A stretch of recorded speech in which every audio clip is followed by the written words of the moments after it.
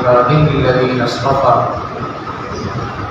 أما بعد أعوذ بالله من الشيطان الرجيم بسم الله الرحمن الرحيم فقلت استغفروا ربكم إنه كان غفارا۔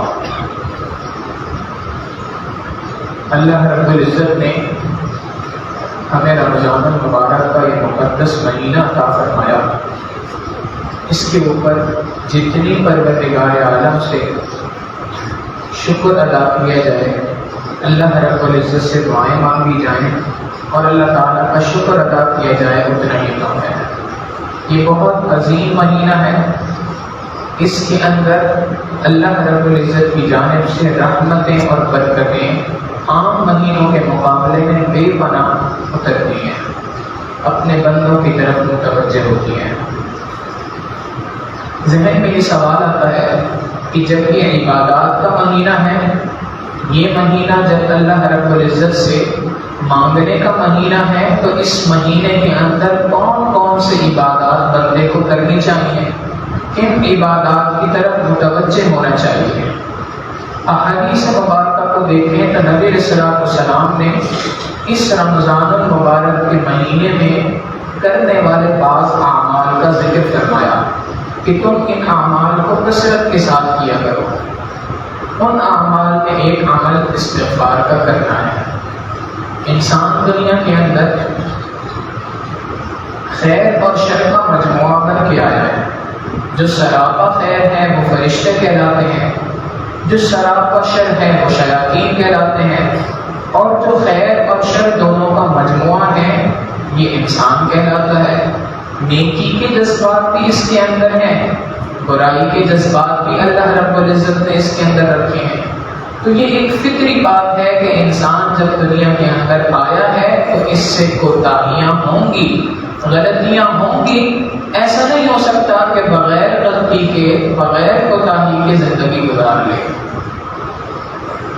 ایک حدیث مبارکہ کا مفہوم ہے، نبی علیہ السلام نے یہ بات ارشاد فرمائی کہ اگر دنیا کے اندر رہنے والی اللہ رب العزت کی مخلوق انسان جو ہیں یہ سارے کے سارے نیکوکار بن جائیں اور کسی قسم کا گناہ ان سے سرزد نہ ہو، اللہ رب العزت اس قوم کو ایک دوسری قوم سے تبدیل فرما دیں گے کہ جو دنیا کے اندر آئے گی، گناہ کرے گی، گناہ کرنے کے بعد اللہ سے معافی مانگے گی۔ کیوں؟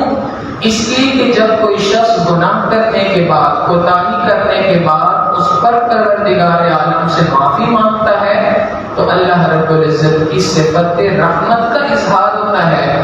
اگر دنیا کے اندر سارے لوگ ہی نیکوکار ہوتے تو اللہ تعالیٰ کی اس صفت رحمت کا صحیح طور پہ ظہور نہ ہو پاتا۔ تو پتہ چلا کہ انسان سے گناہوں کا ہونا یہ کوئی عیب نہیں ہے۔ خود نبی علیہ السلام نے اس کو دوسرے الفاظ میں سمجھایا، کل بنی آدم خطاؤون، بنی آدم علیہ السلام کی اولاد میں جو کوئی شخص ہے یہ سارے کے سارے خطا کار ہیں، ان سب سے گناہ ہوں گے، غلطیاں ہوں گی۔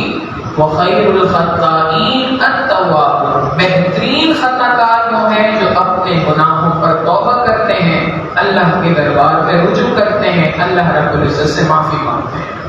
تو یہ بات تو پکی ہے کہ انسان سے کوتاہیاں ہوتی ہیں، انسان خطاؤں کا مجموعہ ہے، مگر اس سے مطالبہ یہ ہے کہ اپنے اس گناہ کو، اپنی اس خطا کو اپنے نام اعمال میں باقی نہ رہنے دے۔ جہاں کہیں جیسے ہی کوئی غلطی ہو جائے، جیسے ہی کوئی کوتاہی ہو جائے، اللہ رب العزت کے دربار میں رجوع کرے، توبہ کرے، استغفار کرے اور اللہ رب العزت سے معافی مانگے۔ تو نبی علیہ السلام نے یہ بات ارشاد فرمائی کہ رمضان المبارک کا مہینہ بابرکت مہینہ ہے، لہٰذا اس مہینے کے اندر تم کثرت کے ساتھ استغفار کرو۔ استغفار ایک اس بات پہ کہ اللہ جو گناہ ہو گئے ان گناہوں کو معاف کر دیجیے، استغفار ایک اس بات پہ کہ اے اللہ جو آپ کی عبادت کا حق ہے وہ حق بھی ہم ادا نہیں کر پا رہے، استغفار ایک اس بات پہ کہ اے اللہ اس رمضان المبارک کی قدردانی کا جو صحیح طریقہ کار تھا ہم اس طور پہ اس ماہ مبارک کی قدردانی نہیں کر پا رہے۔ تو مختلف وجوہات ہیں استغفار کے کرنے کی، ہر بندے کو چاہیے کہ وہ استغفار کی کثرت کرے۔ اس استغفار کے بہت سارے فضائل احادیث مبارکہ کے اندر بھی آئے ہیں، قرآن کریم کے اندر بھی آئے ہیں۔ نبی علیہ الصلوۃ والسلام نے ارشاد فرمایا من لزم الاستغفار، جو کوئی شخص بھی استغفار کو اپنے اوپر لازم کر لے گا، پابندی کے ساتھ استغفار کرے گا، جعل اللہ له من كل ضيق مخرجا، اللہ رب العزت اس کے لیے ہر تنگی میں سے آسانی پیدا فرما دیں گے، ومن كل هم فرجا، اللہ رب العزت ہر غم میں سے اس کے لیے خوشحالی عطا فرما دیں گے، وَيَرْزُقْهُ مِنْ حَيْثُ لَا يَحْتَسِبُ، اللہ رب العزت ایسے بندے کو وہاں سے رزق عطا فرمائیں گے جہاں سے اس کا رزق گمان بھی نہیں ہوگا۔ یہ تین فضائل احادیث مبارکہ کے اندر، حدیث مبارکہ میں نبی علیہ السلام نے بیان کیے۔ قرآن کریم کے اندر نوح علیہ السلام کا اللہ رب العزت نے واقعہ ذکر کیا کہ نوح علیہ السلام نے اپنی قوم سے استغفار کے فضائل کو ذکر کیا، فَقُلْتُ اسْتَغْفِرُوا رَبَّكُمْ إِنَّهُ كَانَ غَفَّارًا، اے اللہ میں نے اپنی قوم سے یہ بات کہی کہ تم اللہ رب العزت سے بخشش طلب کرو، استغفار کرو، بے شک وہ بڑا معاف کرنے والا، بڑا بخشنے والا ہے۔ يُرْسِلِ السَّمَاءَ عَلَيْكُمْ مِدْرَارًا، اس استغفار کی برکت یہ ہے کہ اللہ رب العزت آسمان سے بارشوں کو نازل فرمائیں گے، وَيُمْدِدْكُمْ بِأَمْوَالٍ وَبَنِينَ، مال کے اندر اضافہ فرمائیں گے، اولاد کے اندر بالخصوص بیٹوں میں اضافہ فرمائیں گے، وَيُمْدِدْكُمْ بِأَمْوَالٍ وَبَنِينَ وَيَجْعَلْ لَكُمْ جَنَّاتٍ وَيَجْعَلْ لَكُمْ أَنْهَارًا، اللہ رب العزت تمہارے لیے باغ پیدا فرمائیں گے، اللہ رب العزت تمہارے لیے نہریں بہاریں گے۔ نہر اور باغ سے مراد یہ ہے کہ معاشی اعتبار سے تمہیں فراوانی عطا فرما دیں گے۔ یہ سارے کے سارے استغفار کے فضائل ہیں۔ پھر ان سے آگے استغفار کا ایک اور بڑی فضیلت یہ ہے کہ جو کوئی شخص بھی استغفار کو لازم کرتا ہے، ہر وقت کثرت کے ساتھ استغفار کرتا ہے، اللہ رب العزت ایسے شخص کی ہر وقت کی مانگی گئی دعا کو قبول فرماتے ہیں، اسے مستجاب الدعوات بنا دیتے ہیں۔ امام احمد بن حنبل رحمۃ اللہ علیہ کا بڑا مشہور واقعہ ہے، ایک مرتبہ سفر پر تھے اور رات ایک جگہ پڑاؤ ڈالنا تھا تو مسجد کے اندر ٹھہر گئے۔ نماز کے بعد تھوڑی دیر گزری تھی، نمازیوں نے جانا شروع کر دیا، آخر میں اکیلے حضرت رہ گئے۔ تو مسجد کا جو خادم تھا وہ حضرت کے پاس آیا، جانتا نہیں تھا، کہنے لگا بڑے میاں آپ مسجد سے باہر نکلیں، مجھے مسجد کو تالے لگا کے اپنے گھر جانا ہے۔ امام احمد بن حنبل رحمۃ اللہ علیہ نے فرمایا کہ بھائی میں مسافر آدمی ہوں، میں یہاں پر آیا ہوں، آپ مجھے اجازت دے دیجیے، میں رات یہاں ٹھہر جاؤں گا، آپ باہر سے بے شک تالا لگا کے چلے جائیں۔ اس نے کہا نہیں جناب، میری ذمہ داری یہ ہے کہ میں مسجد کو خالی کر کے اس کے بعد اس پہ تالا لگاؤں۔ امام صاحب نے فرمایا کہ بھائی میں مسافر ہوں، بوڑھا ہوں، اگر آپ میرے ساتھ مہربانی کریں تو بہت اچھا ہوگا، آپ مجھے اجازت دے دیں۔ جب انہوں نے دوسری تیسری بار التجا کی، درخواست کی، تو اب وہ جو خادم تھا اس کو غصہ آیا، اس نے آگے سے کہا کہ بڑے میاں اب اگر آپ یہاں سے نہیں اٹھے تو میں آپ کی یہ گٹھری اٹھا کر باہر پھینک دوں گا اور آپ کو بھی دھکے دے دے کے یہاں سے باہر نکالوں گا، بہتر یہی ہے کہ آپ خاموشی سے چلے جائیں۔ امام احمد بن حنبل رحمۃ اللہ علیہ نے اپنی اس گٹھری کو اٹھایا، سامان جو تھا، اور مسجد سے باہر آ کے بیٹھ گئے، پریشان تھے کہ یا اللہ، ارادہ یہ تھا کہ رات یہاں گزاروں گا، یہاں تو یہ معاملہ پیش آ گیا، اب کیا کروں؟ اب پریشانی کے عالم میں بیٹھے تھے کہ سامنے ہی ایک تندور والا تھا، جو نان بھائی جس کو کہتے ہیں، روٹیاں پکا رہا تھا۔ اس نے دیکھا کہ ایک بزرگ آدمی ہے، بوڑھے ہیں، اور وہ اس طریقے سے مسجد کے باہر پریشان بیٹھے ہیں۔ اس نے آ کے پوچھ لیا بڑے میاں کیا ہو گیا؟ امام صاحب نے فرمایا بھائی اس طریقے سے واقعہ پیش آیا میرے ساتھ۔ اس نے کہا کہ اگر آپ کو سہولت ہو تو آپ میرے ساتھ میرے گھر پہ آ جائیں اور وہاں پہ رات گزار لیں، میں آپ کو اپنے گھر پہ ٹھہرنے کی اجازت دیتا ہوں، جس کو کہتے ہیں نہ اندھا کیا چاہے دو آنکھیں۔ امام صاحب رحمۃ اللہ علیہ بھی اس کے پاس پہنچ گئے۔ اس نے کہا کہ تھوڑی دیر یہاں تندور پہ بیٹھے، روٹیاں پکا کے فارغ ہو لوں، پھر اس کے بعد ہم ساتھ گھر چلیں گے۔ امام صاحب وہاں بیٹھے رہے۔ اب انہوں نے دیکھا ایک بڑا عجیب معاملہ، یہ جو شخص ہے نان بھائی ہے، جب یہ پیڑا بناتا تو پیڑا بناتے ہوئے کہتا استغفر اللہ، پھر جب اس کو بیلتا پھر دوبارہ پڑھتا استغفر اللہ۔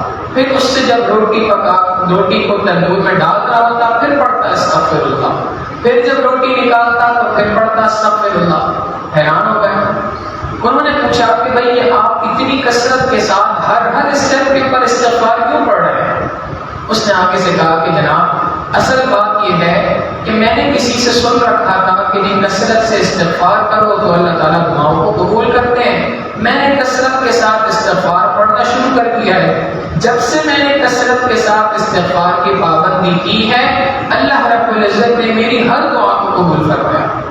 امام احمد بن حنبل رحمۃ اللہ حیران ہوئے، فرمایا کہ بھائی سوچ کے بتاؤ کیا تیری ہر دعا قبول ہوئی ہے؟ اس نے تھوڑی دیر سوچا، سوچنے کے بعد کہنے لگا ہاں ساری دعائیں قبول ہو گئی، صرف ایک دعا کی تھی وہ ابھی تک باقی ہے، اس کی قبولیت کا انتظار ہے۔ امام صاحب نے پوچھا وہ کیا ہے؟ کہنے لگا جی میں نے سن رکھا ہے کہ اللہ رب العزت نے آج کے اس دور میں ایک بہت بڑے اپنے ولی اور بہت بڑے عالم دین کو پیدا فرمایا ہے، احمد ابن حنبل اس کا نام ہے۔